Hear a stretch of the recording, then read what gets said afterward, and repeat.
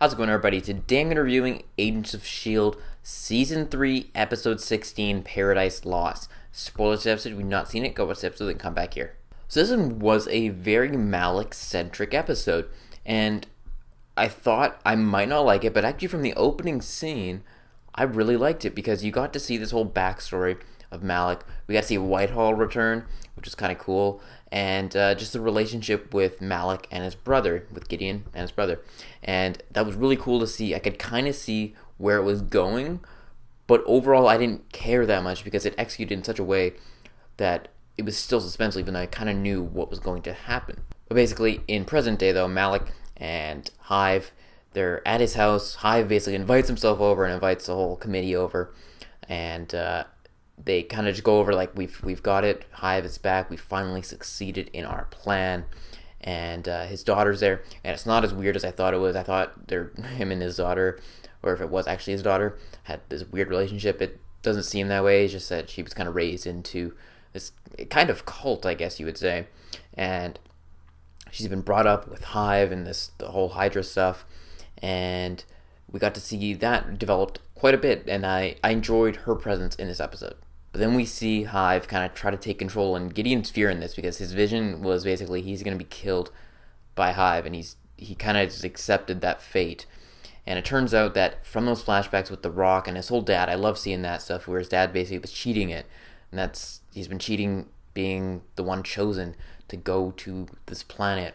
And I actually fell for this. I thought he threw The Rock away. He didn't actually keep it, but ended up keeping The Rock. And I kind of knew that his brother had died. Obviously, he's not here in present day. We haven't really heard him mentioned a whole lot.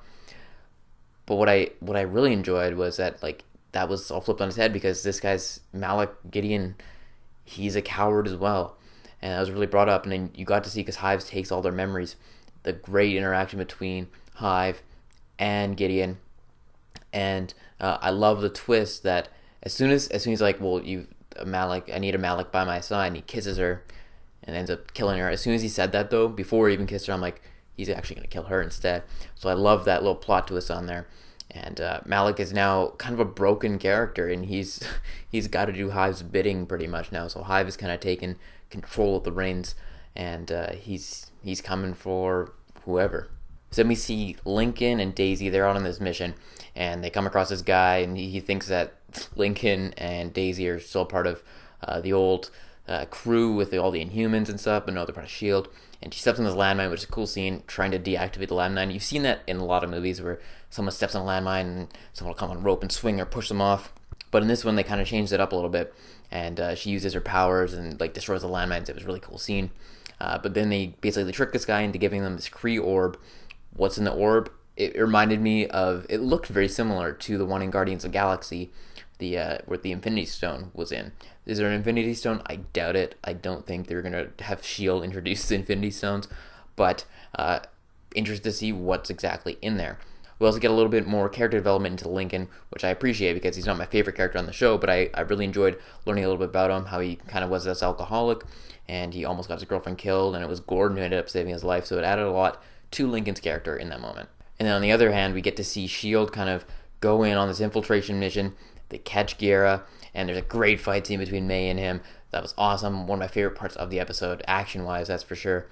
But he gets captured, but ends up breaking out of everything, takes down the plane. Basically, he's in control because he controls all these inanimate objects, including Coulson's hands. So Coulson's pretty much useless against him.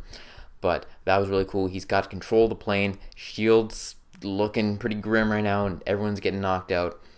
And who can save them but Daisy has her plan. I mean, Lincoln brought it up, but she has her secret warriors, so we're finally going to get to see that. They promised this since, I want to say, the beginning of the season, but we're finally get to see them in action trying to save the day, so that's going to be cool. So Gideon and Malik know that they have control of this, but on the other hand, again, Daisy, she's coming for him. And then we also get a little bit into that flash forward that Daisy saw.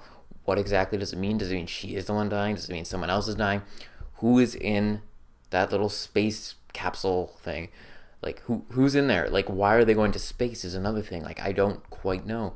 It's had a S.H.I.E.L.D. logo on it, so I'm assuming it's someone on S.H.I.E.L.D. This reminds me of the Arrow Who's in the Grave talk. But yeah, I'm curious. I'm interested. I'm not oh, who's it going to be? But I'm interested. I'm interested. Anyways, another solid episode of S.H.I.E.L.D. 2 weeks in a row. They've been knocking it out of the park. And let me know your thoughts on the episode in the comment section below. Again, be sure to like this video and subscribe to my channel for more videos each and every week. That is it, and I will talk to y'all later.